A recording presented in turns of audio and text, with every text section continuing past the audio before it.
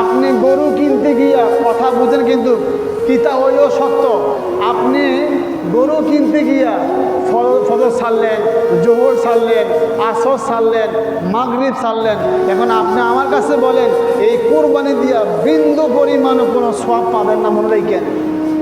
আগে হইল ফরজ, তারপরে হলো ওয়াজিব, এরপরে সুন্নত, এরপরে মুস্তাহাব, এরপরে নফল। আপনি লুঙ্গি খুইলে মাথা বানিয়ে দিলেন, ফরজ শেষ।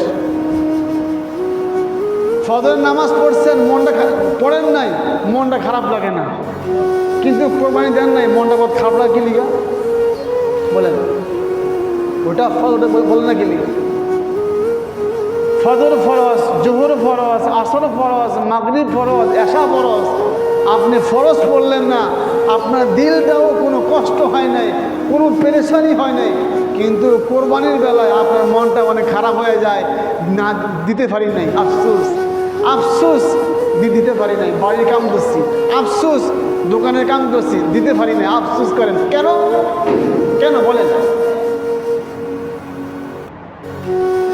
ফরজের বেলায় আপনার আফসোস হয় না, আপনার ওয়াজিব বেলায় আপনার আফসোস হয়। গোস্ত খাওয়াই না, ধান্দা গোস্ত খাওয়াই না।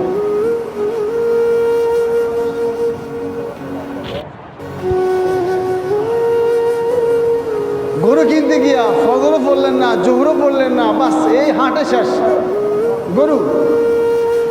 গরুর হাঁটে বাস, গরু কিনতে গিয়া জোর নামাজ শেষ, আজগার পড়তে হইব না। আসর নামাজ শেষ, আজগার পড়তে হইব না। আপনার কাছে আমার একটা প্রশ্ন, ফরজ বাদ দিয়া কেউ যদি ওয়াজিব লইয়া টানাটানি করে,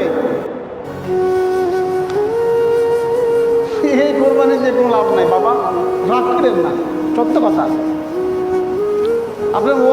আপনি ফরজে পড়লেন না মিয়া, আপনি ওয়াজিব লইয়া টানাটানি, মানুষে কইব কি কোরবানি না দিলে।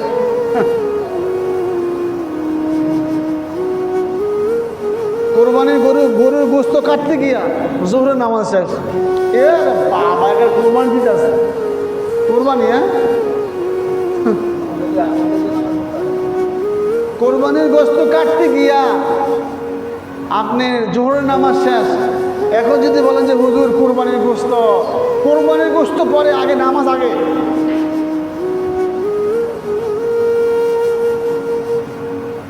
কোরবানির গরু তো জবাই করছেন, বাস খালাস।